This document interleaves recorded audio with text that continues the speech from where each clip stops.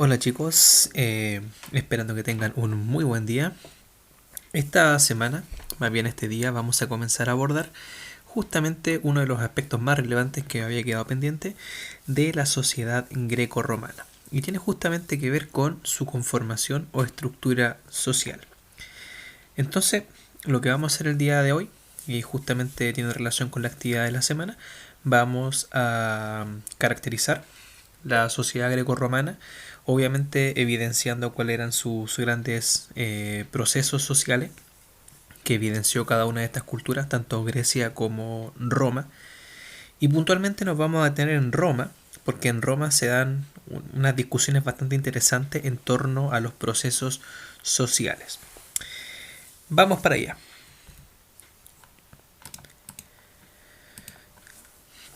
Estructura social en la antigua Grecia. Primero que todo, debemos considerar que Grecia tiene una estructura social que va cambiando con el paso del tiempo, dada sus periodos, ¿cierto?, de la antigüedad. En este caso, en los periodos de Grecia consideramos el periodo minoico, micénico, la época oscura, la época arcaica, la clásica y finalmente la helenística.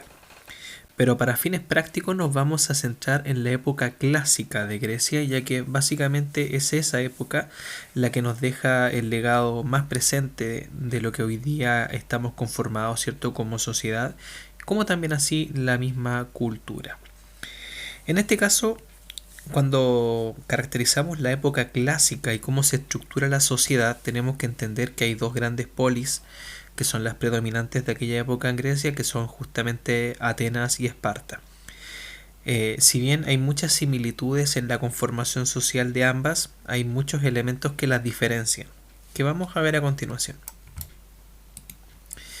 Veamos el caso de Atenas. Bueno, en Atenas habían tres grandes grupos. Estaban los ciudadanos, los que podían participar, ¿cierto?, en lo que es las decisiones políticas. Estaban los metecos, que eran los extranjeros. Los extranjeros no podían participar en los asuntos políticos. Y teníamos los esclavos, que eran prisioneros de guerra, que en este caso, por razones obvias, tampoco participaban y más bien dedicaban su trabajo, en el mejor de los casos, a la agricultura y en el peor de los casos, a la servidumbre. Por otro lado, ¿cierto?, las mujeres, si bien eran libres, ¿cierto?, las mujeres no podían participar de los Juegos Olímpicos, por ejemplo, no podían asistir a las competiciones y tampoco la mujer podía participar en lo que es el ejercicio de la política, ni mucho menos en sus decisiones. Si bien era libre, no era considerada ciudadana. Ya, ese es el gran elemento que tiene Atenas. Veamos el caso de Esparta. En el caso de Esparta se dan también los mismos grupos, son tres. Tenemos a los ciudadanos, los periecos, en este caso los extranjeros reciben este nombre en Esparta, periecos, y tenemos los ilotas, que son campesinos y también en cierta medida son los esclavos. En realidad los ilotas tienen diferentes denominaciones, por decirlo así, dependiendo del análisis que se le haga. Lamentablemente los ilotas no tenían una vida muy digna, por decirlo así, eran bastante sometidos por parte de los espartanos, ya sea para servidumbre como también para trabajo un poco pesado.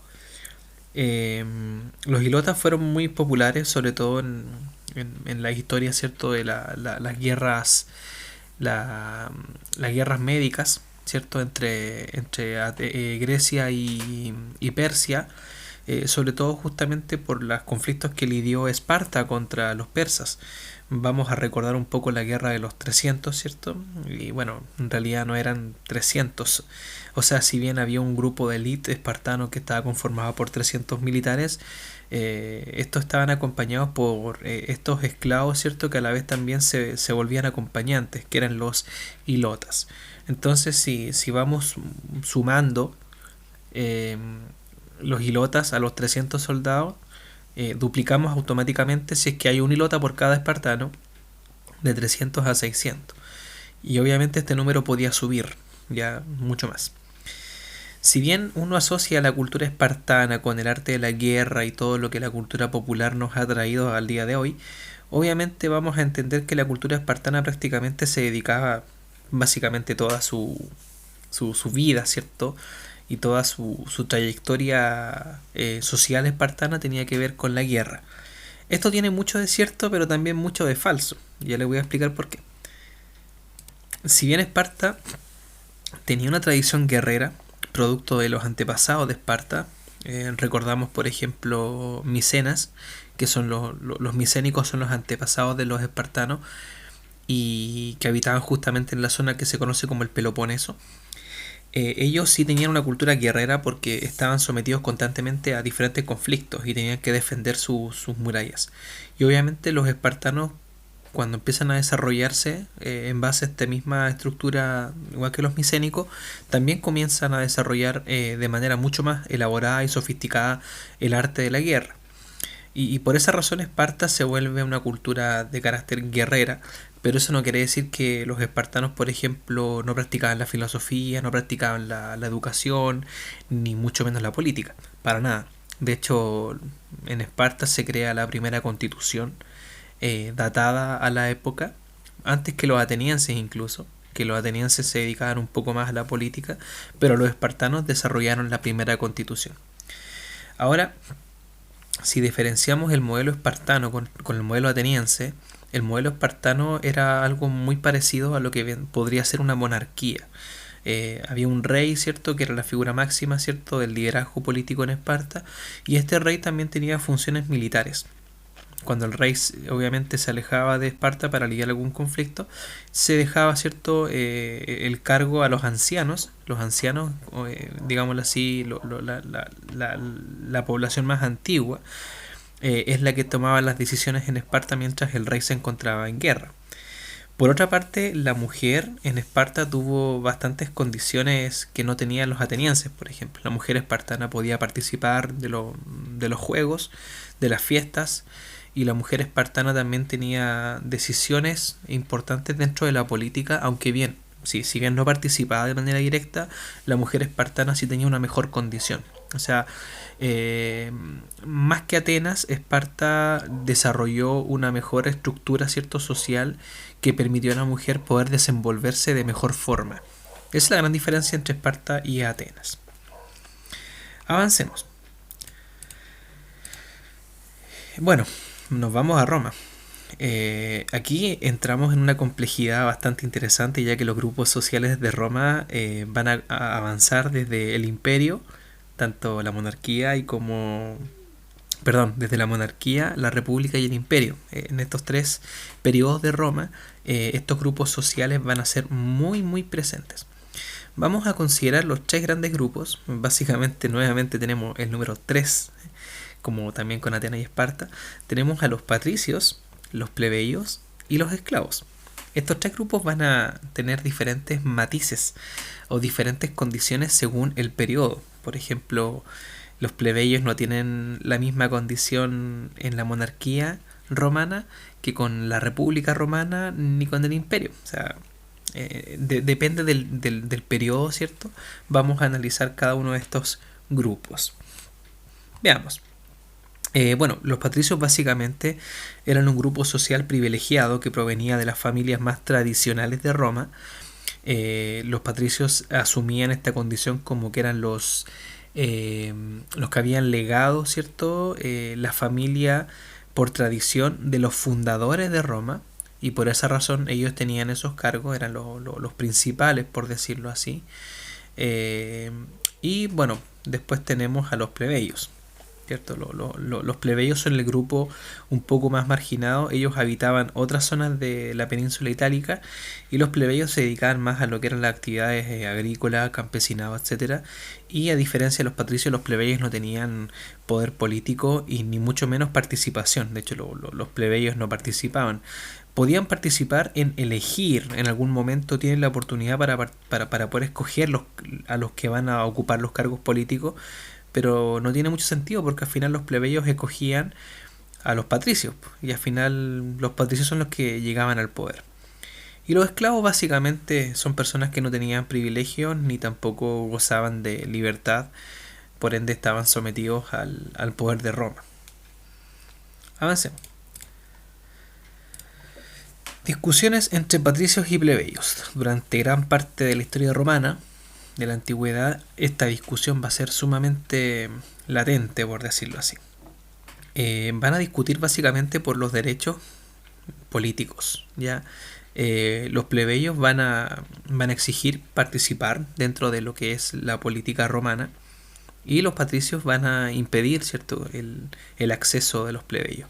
Pero con el paso del tiempo, ante tantas discusiones que se van a ir dando, en el transcurso de la República, los plebeyos van a poder conformar ciertas asambleas, ¿cierto?, para poder tomar decisiones.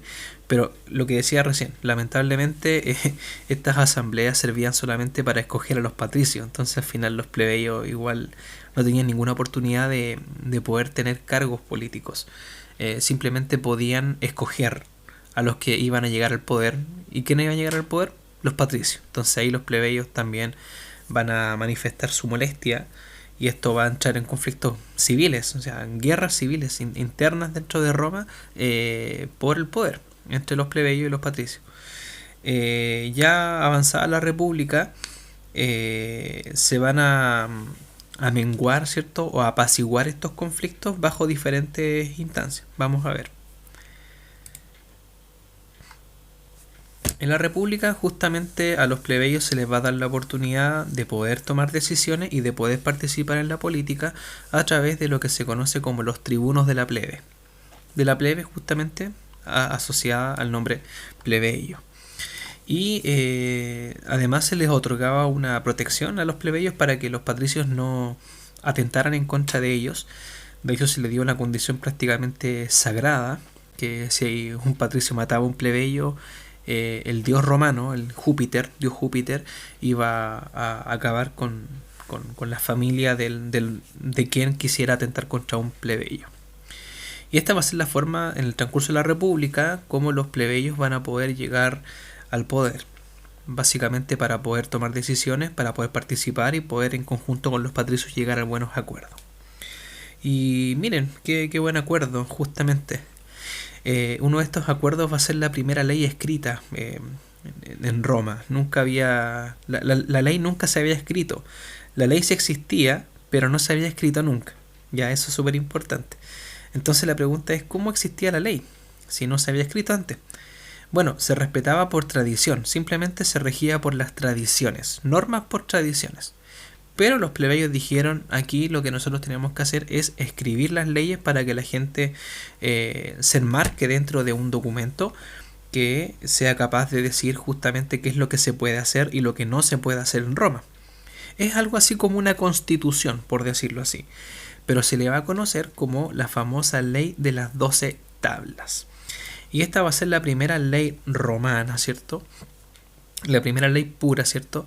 Y que va a surgir justamente de la misma matriz de los plebeyos en conjunto con los patricios. Como dice el dicho acá, Roma puede descansar en una relativa paz interior. Hasta acá va todo bastante bien. Bueno, avanzando ya en la última parte de la Roma antigua, llegamos al imperio. Y justamente en el imperio romano, ¿qué pasa con los plebeyos? Muchos de los plebeyos van a poder llegar a tener cargos más importantes y a su vez también mejorar su condición social. Y entre los plebeyos también van a distanciarse. Por ejemplo, van a estar los plebeyos nobles, que eran los plebeyos que estaban más cerca de los patricios, los plebeyos que eran caballeros también, que también van a tener una condición bastante acomodada, y los plebeyos que van a ser considerados como clientes, que van a ser los plebeyos que se van a quedar un poco atrás, digámoslo así, en cuanto a lo que es este escalafón social. Y los plebeyos se van a fragmentar, va a haber una división dentro de los plebeyos de carácter social, y así se van a mantener los plebeyos durante todo el tiempo hasta la caída de Roma. Y en poco resumen podríamos entender que la estructura social de Roma es así. a nivel general. Obviamente esta estructura no responde a todos los momentos. Por ejemplo, en la monarquía no era así, en la república hasta cierto punto y en el imperio ya podemos tener alguna idea. Bueno chicos, espero que les haya servido este análisis. Espero que tengan una muy buena semana y nos vemos. Hasta pronto.